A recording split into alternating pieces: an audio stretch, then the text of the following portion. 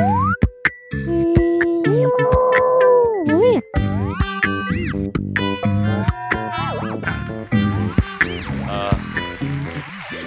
안녕하세요.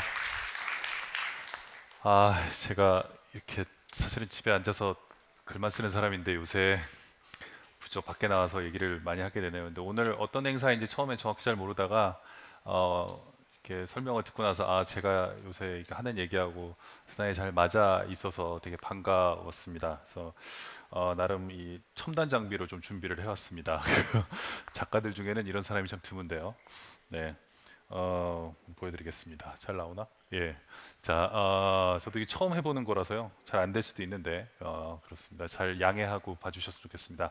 제가 오늘 드릴 말씀은 오늘 주제하고도 잇따 있는 것입니다. 그래서 모두가 예술가가 되는 삶이라는 것입니다. 그래서 그게 저는 이렇게 생각하죠. 우리는 모두 예술가로 태어난다고 생각합니다. 근데 예술가로 태어나서 예술가로 살면 참 좋겠지만 예술가로 태어나지만 곧 우리는 학생이라든가 노동자로 훈육되면서 살아가게 되죠. 그래서 예술가로 태어났다는 것도 잊어버리고 살게 되는데요.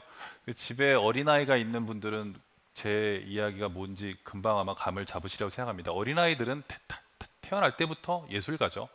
예술가입니다. 단지 좀 못 견딜 수준의 예술을 하기 때문이지 실제로 걔네들이 하고 있는 거는 자기 부모들은 좋아하더라고요. 근데 노래 부르고 하루 종일 노래하고 또 텔레비에 뭐 춤추면 춤추고 크레용 주면은 집에다 온통 막 크레용 칠을 하고 또 그래서 부모들이 가끔 이렇게 여기다 칠해 그러고서 이렇게 하얗게 뭘 만들어주면 거기다가 안 칠하고 또 다른 데다가 막 칠하죠. 그래서 계속해서 아이들은 쉴 새 없이 그 예술을 합니다.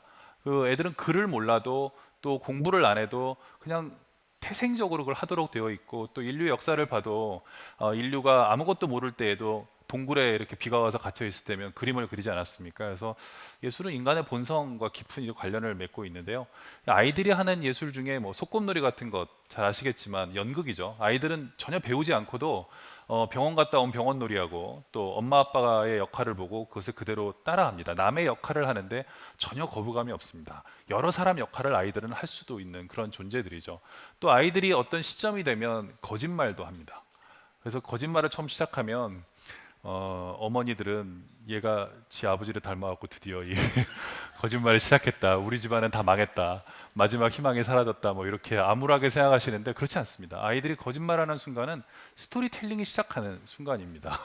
아이들이 현실에 존재하지 않는 것에 대해서 얘기하는 거잖아요. 그죠? 경험하지도 않고 실제로 일어나지도 않은 일을 꾸며내는 거잖아요. 그래서 그것은 실은 인간의 지성이 발달하는 단계에서 대단히 놀라운 단계에 있는 것입니다. 그래서 말이 안 되는 얘기를 하고 그 다음 얘기를 계속 해나가는 건데 예를 들면 뭐 오다가 슈퍼에 갔다가 왜 늦게 왔냐 그랬더니 오다가 뽀로로를 만났다든가 뭐 외계인을 만났다든가 아이들이 말을 지어낼 때 엄마들이 놀래가지고 그 아이를 탄압할 것이 아니고 그래서 어떻게 되냐고 이제 물어보면 좋겠죠.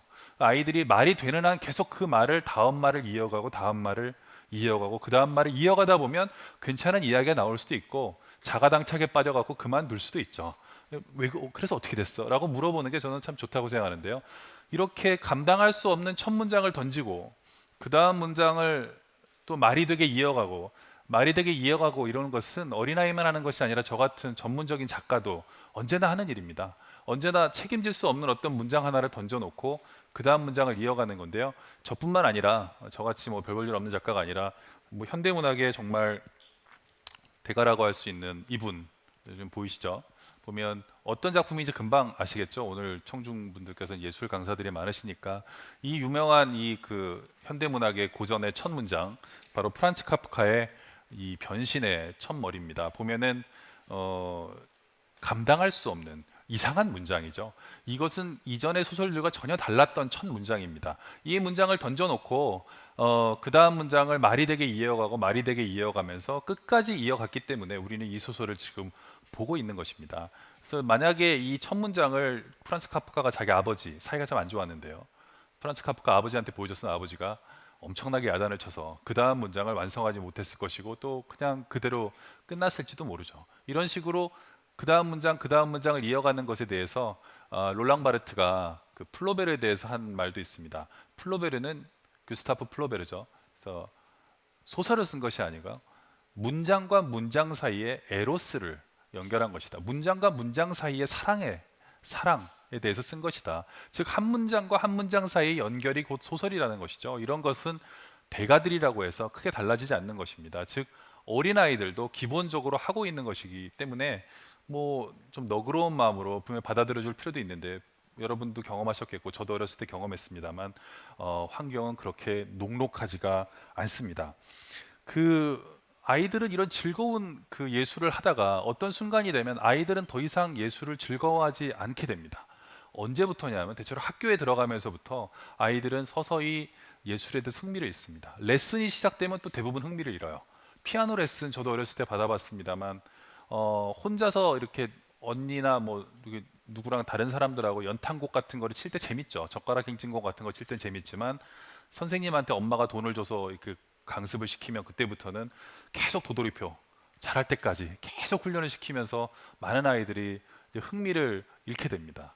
그리고 그 뒤에 학교 가서 점수로 매겨지는 그런 예술이라는 것은 아이들의 많은 그 예술에 대한 흥미를 잃어버리게 되는데요. 또 그렇지 않다 하더라도 학교에 가서 학생이 된다는 것부터가 다른 형의 인간이 된다는 것을 의미합니다. 제가 아까 예술가로 태어났다고 말씀드렸지만 그러나 우리는 노동자나 학생으로 훈육되는 것입니다. 노동자나 학생으로 훈육될 기본은 가만히 한 자리에 앉아 있는 거예요. 예술은 위험하고 분방한 것이죠. 그래서 똑바로 앉아 있어 이렇게 가르치게 됩니다. 제가 최재천 교수님, 동물행동학 하시는 최재천 교수님한테 얘기 들은 게 있는데 인간과 동물의 행동 중에 가장 다른 행동이 뭔지 아느냐? 동물이 절대 하지 않는 행동이 강의 행동이래요. 강의 행동 바로 여러분이 하고 있는 것입니다. 한 사람이 나와서 떠들 때 조용히 듣는 거예요. 안 떠들고 대단히 문명화된 행동을 하고 계십니다. 이런 것은 동물은 절대로 이럴 수가 없어요.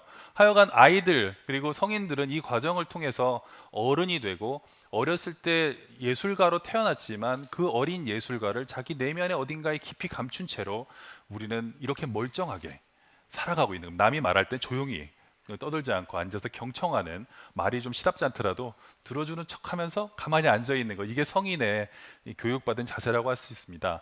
또 우리는 나중에 직장인이 되는데 일을 하게 되면 예술과는 특히 거리가 멀고, 심지어 저 같은 예술가조차도 일로 예술을 하게 되면 그때부터는 더 이상 그렇게 즐겁지가 않습니다.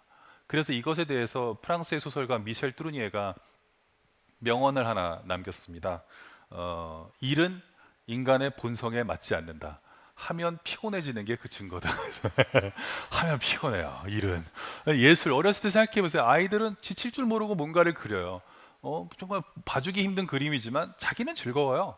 그렇습니다. 여기 예술 강사분들이 많이 계시다고 들었는데 아이들에게 가르치면 아이들 즐거워하죠. 즐거워합니다. 그러나 자, 이제부터 여기까지 너네들의 할당량은 얼마니까 여기서부터 여기까지 1조는 40점을 그리고 2조는 50점을 그리고 내일까지 제출하도록 그러면 벌써 약간 흥미가 떨어지는 것 같죠. 이게 그 일이 되면 그때부터는 더 이상 즐겁지 않은 단계로 넘어가게 됩니다.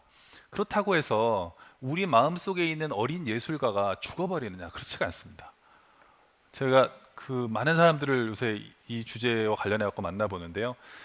그 사람들이 이게 억눌려 있잖아요. 인간의 어린 예술가가 자기 안에 억눌려 있을 때 예술적인 이런 충동은 음습하게 나타납니다. 스토리텔링을 하면 재밌게 했을 사람이 악플 달고 있죠. 그리고 막 악성 루머 같은 거 만들어내고, 그것도 스토리텔링이에요. 음습해서 그렇지. 그다음에 음모 이론 이런 거 만들어내는 거 해보면 재밌습니다.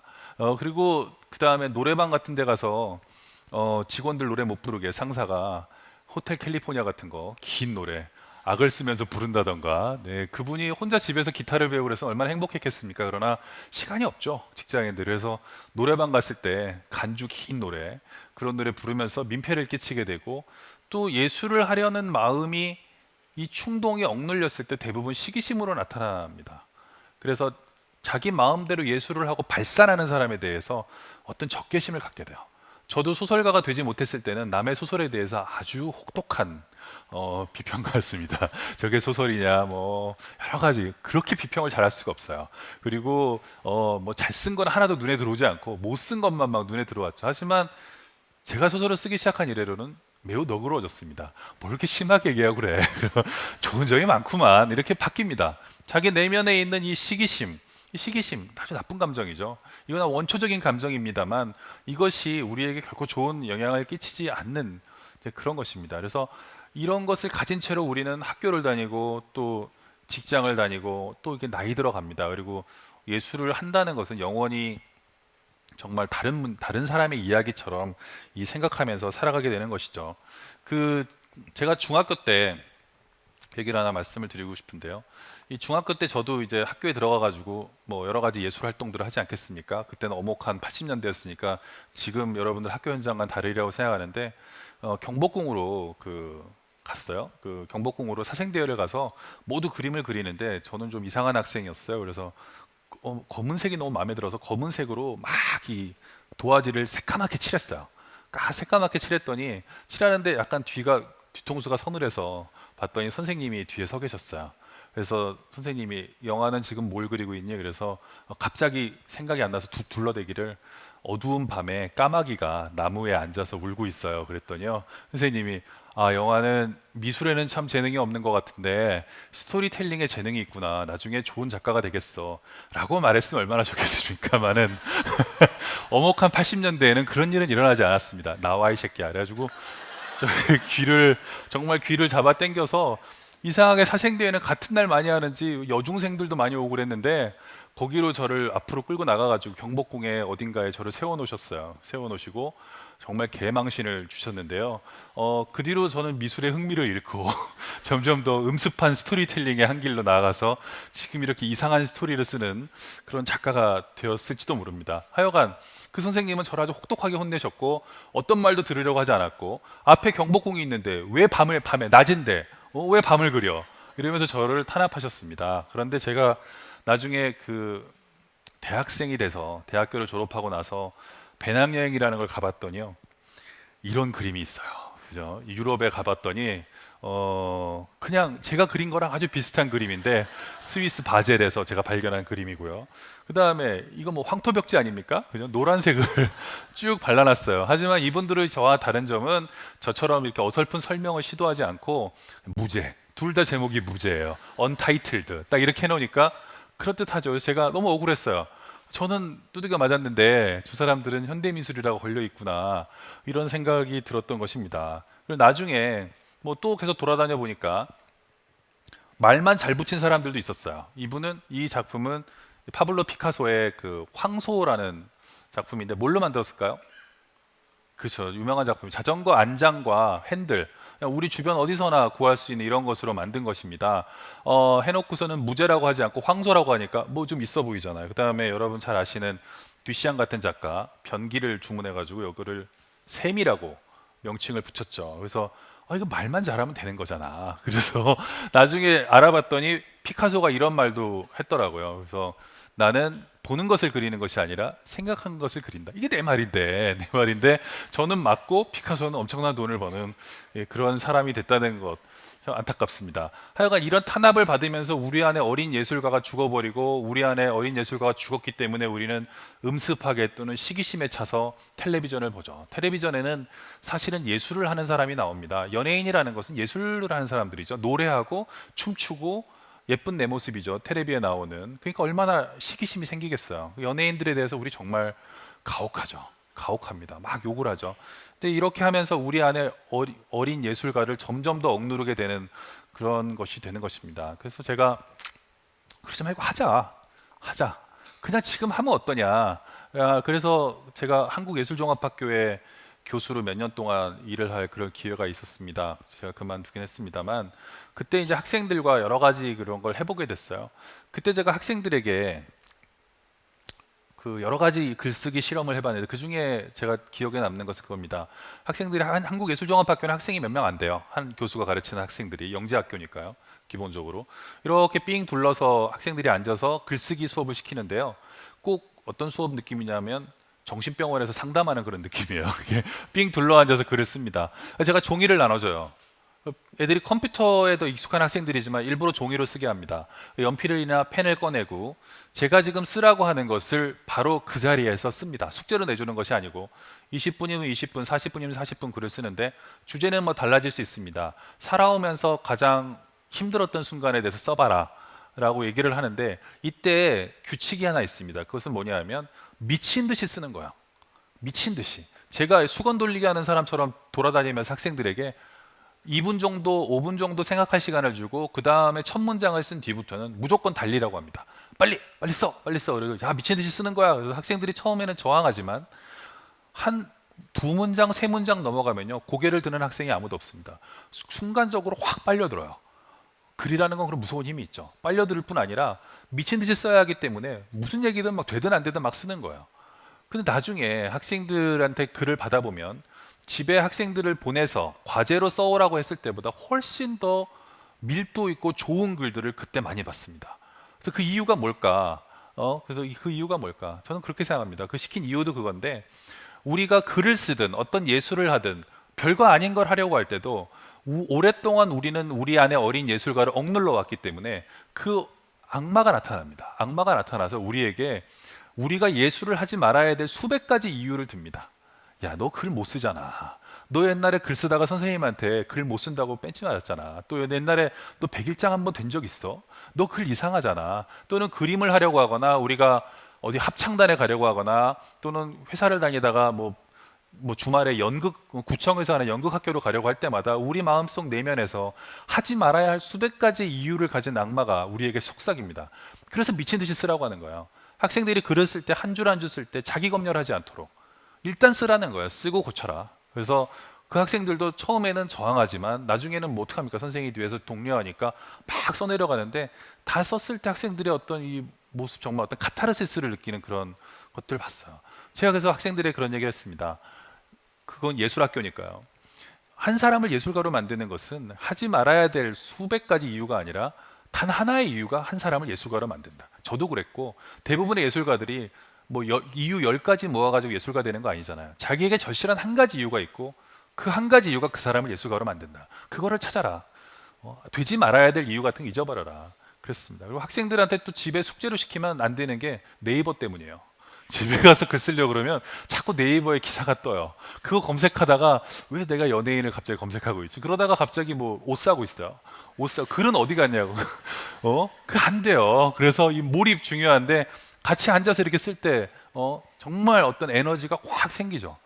그래서 우리가 이런 내면의 악마들을 겨우 이렇게 잠재우고 또 이제 우리가 우리만의 예술을 시작하려고 합니다. 아, 드디어 내가 오래전부터 하고 싶었던 연극 한번 내가 해봐야 되겠어.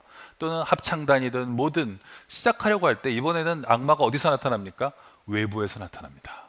이 외부의 악마들은요 주로 배우자의 얼굴을 하고 있거나 그다음에 부모의 얼굴을 하고 있거나 친구 동료의 얼굴을 하고 있는데 그들은 여러분의 부모가 아니에요. 그리고 배우자가 아닙니다. 악마가 잠시 변신해 갖고 내려와 있는 거예요. 그래서 이들은 우리에게 이런 마법의 질문을 던져서 우리를 무력화시킵니다. 바로 이런 질문이죠. 그거 해서 뭐 하려고 그래? 마법의 질문이에요. 많이들 들어보셨을 겁니다. 내 주말에 연극을 좀 배워보려고 그래. 그러면 아유 당신 그거 해서 뭐 하려고 그래? 지금 애 학원 보낼 돈도 없는데 라든가 네가 그건 해서 뭐 하려고 그래? 라고 말하면 특히 동료들 얘기 많이 하는데요. 동료들이든 우리와 친한 사람들은 사실은 우리의 변화를 싫어합니다. 사실은 우리의 변화를 싫어요. 왜냐하면 우리가 변화하면 관계의 역동의 변화가 생깁니다. 정말 잘하면 어떡해요? 그죠? 정말 재밌으면 어떡해요? 재밌는 거 쟤만 하면 어떡해요? 그리고 자신감 넘치는 사람이 되면 어떡해요? 그러니까 웬만하면 하지 말라 그럽니다. 저는 이상한 생각들을 워낙 많이 하는 사람이어서 친구들에게 여러 가지 상담을 했었는데요. 제가 지금까지 저질렀던 수많은 일들 중에 친구들이 하라고 했던 일 하나도 없습니다. 다 좀 생각해보지 그래. 나중에 하지 그래. 라는 얘기들 많이 들었습니다. 하여간 이 마법의 질문은 정말 그 외부의 악마로 나타나서 우리를 괴롭힙니다. 그리고 마지막 순간에 우리를 주저앉히죠. 그래서 저는 그렇게 얘기하라고 말씀드리고 싶어요. 이런 질문에는요, 이건 실용성을 담보한 질문이거든요. 근데 예술은 실용과는 거리가 멉니다. 예술로 무슨 실용적인 일을 할 수 있겠어요? 그래서 실용성으로 자기 배우자를 설득하거나 실용성으로 자기 상사라든가 친구를 설득하는 것은 무의미한 일이에요. 예술은 무용하기 때문에 아무 필요가 없기 때문에 우리를 즐겁게 하는 겁니다. 돈벌이가 안 될 때 제일 즐거워요. 저도 돈 안 받고 글 쓸 때가 제일 재밌었어요. 지금은 마감이 있으니까 편집자들이 무서워요. 하지만 예? 그 가끔 돈 안 받고 글 쓸 때 즐겁습니다. 그러니까 이럴 때는 이렇게 대답해야 됩니다. 담대하게 재밌어서 하는 거야. 내가 좋아서 하는 거야. 나 좀 재밌자. 나 좀 즐겁자. 나 주말에는 내가 좀 하는 거, 내가 좀 하고 싶은 거 하고 싶어. 그런 거죠. 그래서 이때는 무용함의 힘으로 나는 정말 무용하고 아무 필요가 없는 일을 할 거야. 왜? 즐거우니까. 그렇게 말해야 된다는 거죠. 그래서 이 마법의 질문들, 우리는 이런 마법의 질문을 가진 외부의 악마들과 맞서 싸워나가면서 새로운 정체성을 하나 갖게 되는데, 그것은 현실에 존재하는 나라는 정체성이 아니라 예술가라는 정체성을 하나 더 갖게 되는 것이죠. 제가 뉴욕에 있을 때, 뉴욕에는 워낙 예술가들이 많죠. 성공하지 못한 예술가들도 많습니다. 택시를 하나 탔는데요. 택시 그 뒷자리에, 뉴욕은 뒷자리만 타게 돼 있죠. 보면 누가 이렇게 프로필을 걸어놨어요. 배우 프로필 같더라고요. 그래서 자세히 읽어보니까 정말 배우로서의 자기 이력을 이렇게 설명한 프로필이었어요. 그래서 제가 그 운전사한테, 흑인이었어요. 그래서 당신 그 뭐 배우냐 그랬더니 너무 좋아하면서 자기 셰익스피어 전문 배우라는 거예요. 그래서 그럼 셰익스피어 연극 중에서 무슨 역을 주로 하냐 했더니 정말 자랑스럽게 자기는 리어 왕을 전문적으로 하고 있고 벌써 4번이나 무대에 올라갔다는 거예요. 리어 왕은 미친 사람이잖아요. 역할하기 힘듭니다. 명배우들이 거쳐간 배역이죠. 너무 자랑스럽게 얘기를 합니다. 그래서 제가, 야, 당신 참 멋있다 했더니 자기는 낮에는 택시를 몰지만 밤에나 주말에 자기는 무대에 올라가고 늘 연습한다는 거예요. 그래서 리어 왕에 대해서 정말 자부심을 가지고 한참 동안 떠드는데, 제가 다 알아듣는 건 아닙니다만 리어 왕의 멋진 대사 하나가 생각이 났습니다. 리어 왕의 정말 멋진 대사가 이런 게 있죠. 이 양반이 약간 치매잖아요. 미쳤기 때문에 하는 얘기인데, 내가 누구인지 말할 수 있는 자는 누구인가. 이게 멋진 대사죠. 저는 앞으로 우리가 맞이하게 될 어떤 이 세상은 그런 세상이라는 거죠. 이 내가 누구인지 말할 수 없는 세상. 직업도 여러 개를 갖게 될 겁니다. 저도 벌써 여러 개의 직업을 거쳐서 작가가 됐는데요. 그러나 제가 꾸준히 해왔던 작업 중에 하나는 글쓰기였다는 것이죠. 예술가로서의 정체성, 택시기사이면서 뭐 배우, 또는 또 낮에는 우체국 직원이면서 밤에는 작가, 이런 식의 여러 가지의 정체성을 갖게 될 때 그 중에 하나쯤은 예술가를 가지면 어떻겠냐는 거예요. 예술가로 살아가는 겁니다. 어쩌면은 저는 요새 그런 생각이 많이 드는데, 워낙 요새 직업이 많이 바뀌잖아요. 그래서 어쩌면 예술가로서의 정체성이 더 지속적일지도 몰라요. 이 직업 저 직업을 전전하면서 우리는 100세 시대를 살아가게 될 때 오히려 평생 글만 써왔거나 평생 연극만 해왔거나 평생 노래만 부른 사람이 있을 수 있어요. 그게 어쩌면 그 사람의 진짜 정체성을 이루는 그런 시대가 될 수도 있다고 생각해서 그 택시기사를 만나서 되게 좀 반가웠습니다. 그래서 뉴욕의 그런 퍼스펙티브를 가지고 보니까 많은 사람들이 두 가지 일을 가지고 살아가고 있었어요. 그리고 그들이 자기 일을 얘기할 때가 아니라, 저의 집을 소개해준, 렌트를 소개해준 사람도, 부동산 그 업자도 화가였거든요. 자기 그림을 얘기할 때 가장 이게 신이 납니다. 그래서 제가 그 마지막으로 드리고 싶은 말씀은 이겁니다. 이건 지금 이분은 제가 90년대 초반에 텔레비전을 봤어요. 마사 그레이엄이죠. 현대무용의 정말 전설적인 그 마사 그레이엄 여사인데요. 이분이 90년대 초반에 김포공항으로 입국을 하셨습니다. 그때는 인천공항이 없었죠. 그래서 기자가 이렇게 마이크를 갖다 대고서 휠체어를 타고 입국하는 90세의 마사 그레이엄에게 좀 바보 같은 질문을 했어요. 그래서 한국의 무용학도에게 어떻게 하면 무용을 잘할 수 있는지 한 말씀 해주시죠, 이런 거예요. 그러자 마사 그레이엄이 딱히 귀찮아하는 것 같지도 않았는데 되게 포스 있는 목소리를 그랬습니다. 뭐라고 말했냐면, Just do it. 그러고서는 입국장을 빠져나가시는 거였어요. 그래서 되게 짧은 순간이었지만 제 이 뇌리를 크게 때리는 그런 말이었고, 지금도 이 말이 생각이 납니다. 그러니까 우리가 예술을 하고자 할 때 우리뿐 아니라 우리의 학생들 또는 많은 사람들이 정말 수백 가지 이유 때문에 망설입니다. 못하겠고 또 방해하는 수많은 것들이 있죠. 그럴 때 정말 이런 얘기를 저는 꼭 해줍니다. 그냥 무조건 시작해라. 첫 한 줄을 써라. 그리고 일단 나가라. 일단 나가서 무조건 시작하는 것. 그것이 마사 그레이엄이 얘기하는 것이고, 또 제가 오늘 여러분들에게 드리고 싶은 말씀이었습니다. 감사합니다. 네.